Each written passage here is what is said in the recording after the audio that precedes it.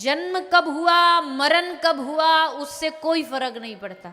जन्म की तारीख क्या थी, मरने की तारीख क्या थी, उससे कोई फर्क नहीं पड़ता। पर तुमने उस जन्म और मरण के बीच में क्या क्या किया, उससे फर्क पड़ता। यहाँ जितने आप बैठे हो, किसी को महाराज रावण का बर्थडे पता है?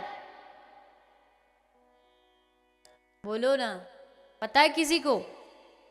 फलाने दिन रावण महाराज का बर्थडे आता है, किसी को नहीं पता।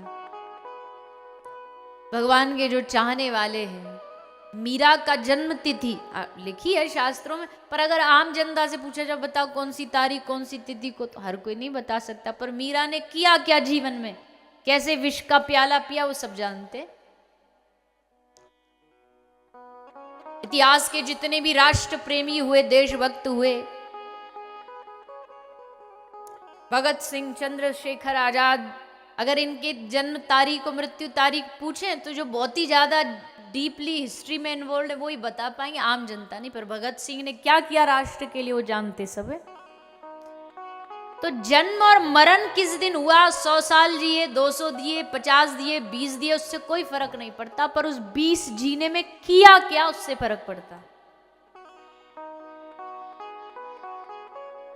मृत्यु तो परम सत्य है, ढेर मिट्टी का हर आदमी है, बाद मरने के होता यही है, या सलीमों में तुरकत दबेगी, या चिताओं में जलना पड़ेगा, जिंदगी एक किराए का घर है, एक ना एक दिन बदलना पड़ेगा।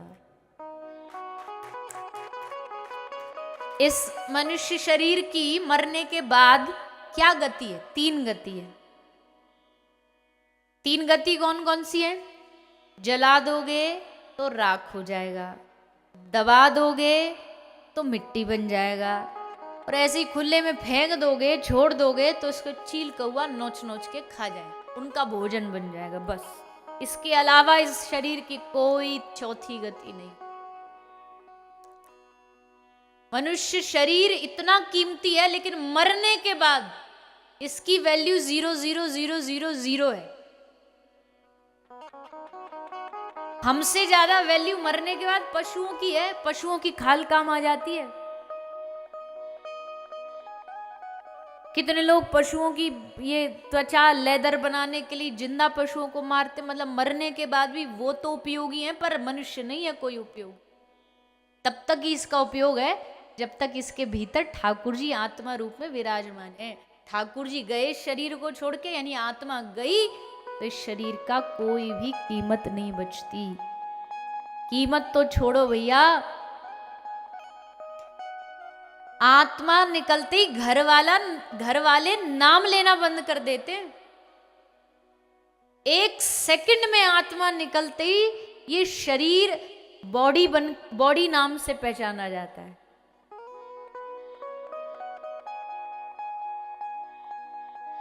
घर वाले पूछेंगे बॉडी कहाँ है, दूसरा बोलेगा अभी तो बॉडी हॉस्पिटल में है, कोई बोलेगा 4 बजे बॉडी आएगी। मतलब समझे? मतलब बड़ा सीधा है, नाम तक छीन लिया जाएगा, सब पहचान छीन ली जाएगी मरते ही। और फिर भी देखो, इंसान इस शरीर का इतना बड़ा घमंड करता है कि भैया भगवान ने 2 हाथ पांव क्या दे दिए, उससे लगता है कि अब तो मैं ही शहंशाह हूं, मेरे चलाने से दुनिया चल रही है। नहीं भैया, उसके चलाने से चल रही है। ये तो खिलौना है जो सब लोग भगवान के खिलौने बने फिरते हैं, बाकी चला तो वो रहा है, कर तो वो रहा। तो इस शरीर की 2-3 गति है, उसके अलावा कोई गति नहीं है। इसलिए जब मरना ही है और जब पता ही है कि मरण असल सत्य है, तो मरने से पहले पहले इस शरीर से जितना काम निकाल सकते हो निकाल लो। मरण से पहले ये शरीर काम आता, बाद में नहीं। और पहले क्या काम आएगा? हरि स्मरण करो, हरि भजन करो।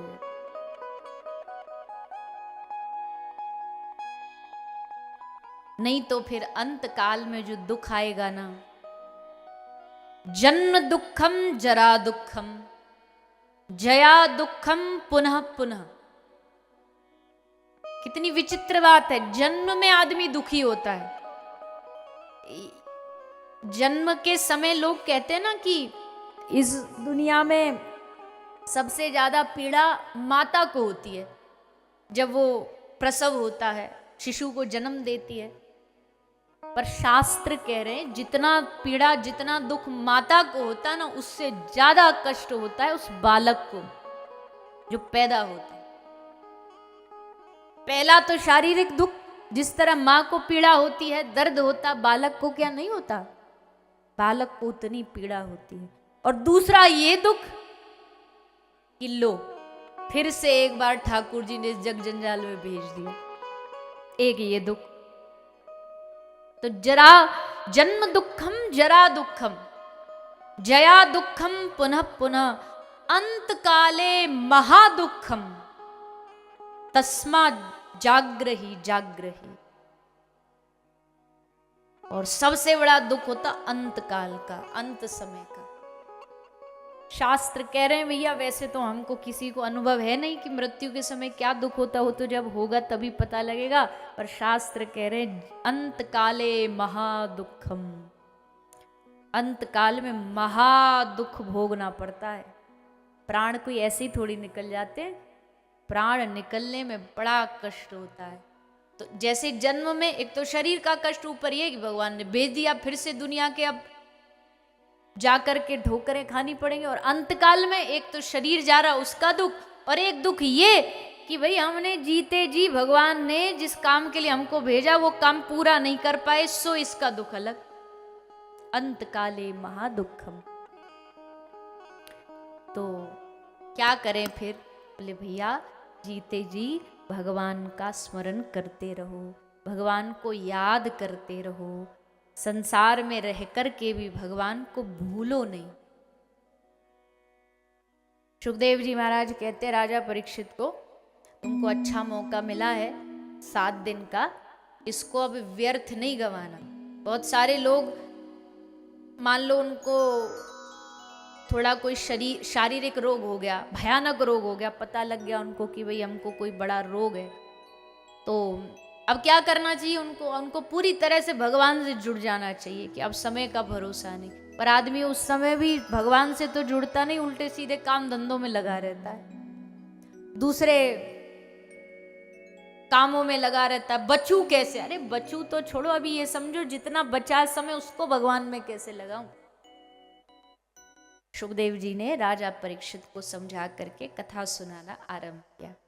कथा सुनाते हुए सबसे पहले, क्योंकि गंगा के घाट पर कोई एक संत नहीं बैठा था, लाखों संत बैठे थे, तो राजा परीक्षित ने सब संतों से निवेदन किया, हे प्रभु आप सब संत एक साथ मिल जाओ, ये बड़ा दुर्लभ संयोग है, पर आज मिल गए हो, तो एक बात बताओ,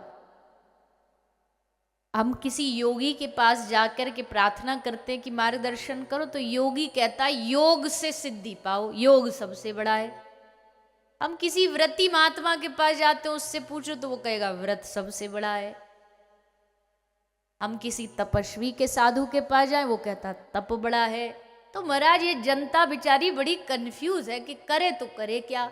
तो ये मौका बार बार नहीं आएगा कि यहाँ याज्ञिक भी बैठे, तपस्वी भी बैठे, मौनी भी बैठे, व्रती भी बैठे, आप सारे बैठे हो, तो एक काम क्यों ना करें, आप सारे आपस में बात करो और सब लोग अपना अपना विचार रख करके कोई एक रास्ता बता दो, एक सार सब चीजों का, व्रत का, तप का, मौन का, तीर्थ का, सब का एक सार बता दो। और तब महाराज भागवत जी कहती है कि वहाँ जितने भी साधु बैठे, सबने अपने अपने जीवन का थोड़ा थोड़ा थोड़ा निचोड़ निष्कर्ष लेके एक रास्ता बता दिया। और एक रास्ता जानते हो क्या है? एतन्निर्विद्यमानानाम इच्छताम कुतो भयम योगिनाम नृप निर्नीतम हरेर नामानुकीर्तनम।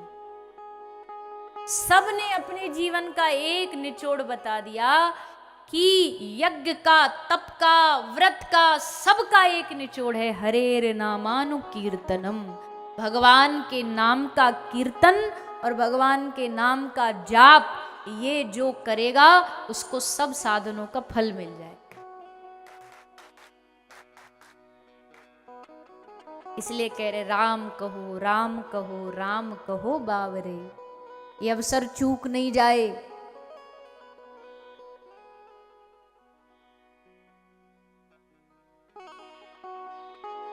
कलयुग का समय चल रहा है, सबको पता भाई कलयुग में ऐसा होता वैसा होता है, तो फिर कैसे पाएंगे कलयुग में भगवान को। भगवान ने छूट दे दी, भैया कुछ मत करो, तुम बस मेरा नाम लेते रहो, खूब नाम लो भगवान का।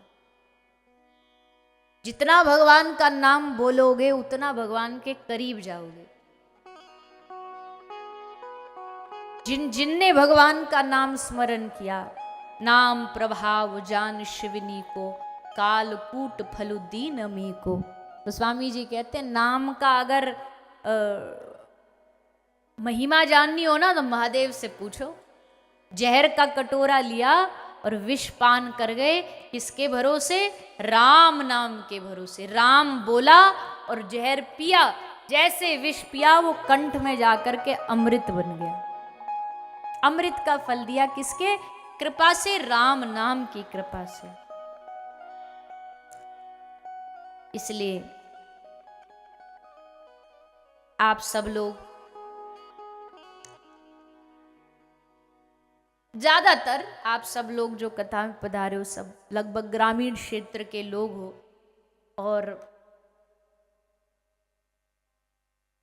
सारी दुनिया में जितने भी लोग हैं, चाहे कोई कितना भी ज्ञानी हो, विज्ञानी हो, दानी हो, सबके लिए शास्त्रों ने एक ही रास्ता बताया, एक ही मार्ग बताया कि जो भगवान का नाम कलयुग में लेगा उसका कल्याण होगा।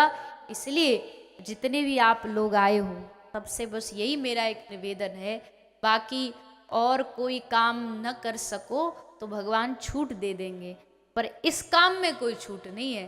प्रभु कहते ये काम तो तुझको स्वयं को करना पड़ेगा, ये राम नाम की औषधि दवाई तो तुझको खुद को लेनी पड़ेगी, राम नाम का कीर्तन तो तुझको स्वयं करना पड़ेगा, तभी तेरा कल्याण होगा। राम जी खुद पत्थर पर राम राम राम राम लिख करके पानी में डाल रहे, बताओ खुद पत्थर नहीं डाल सकते थे राम जी? क्या राम जी में सामर्थ्य नहीं कि उनके डालने से पत्थर तैर सके? और शास्त्र में लिखा राम जी ने एक दिन ट्राई भी किया।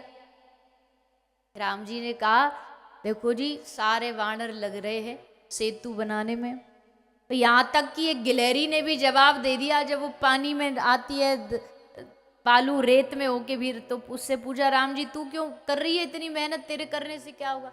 करने से कुछ नहीं होगा, पर कम से कम नाम तो आएगा कि कोशिश तो गिलहरी ने भी करी। तो राम जी बोले जब गिलहरी तक मेहनत कर रही है और हम राम जी होके ऐसे देख रहे हैं बैठे बैठे, तो कोई बात जचती है, हम भी करेंगे। तो राम जी ने सोचा पहले थोड़ा एकांत में अकेले में ट्राई कर लेते हैं। तो अकेले में गए राम जी समुद्र के पास, और उन्होंने पत्थर लिया और लेकर के उसको जल में समुद्र में पानी में डाला, उसको जल में डाला, और जैसे उसको जल में राम जी ने डाला,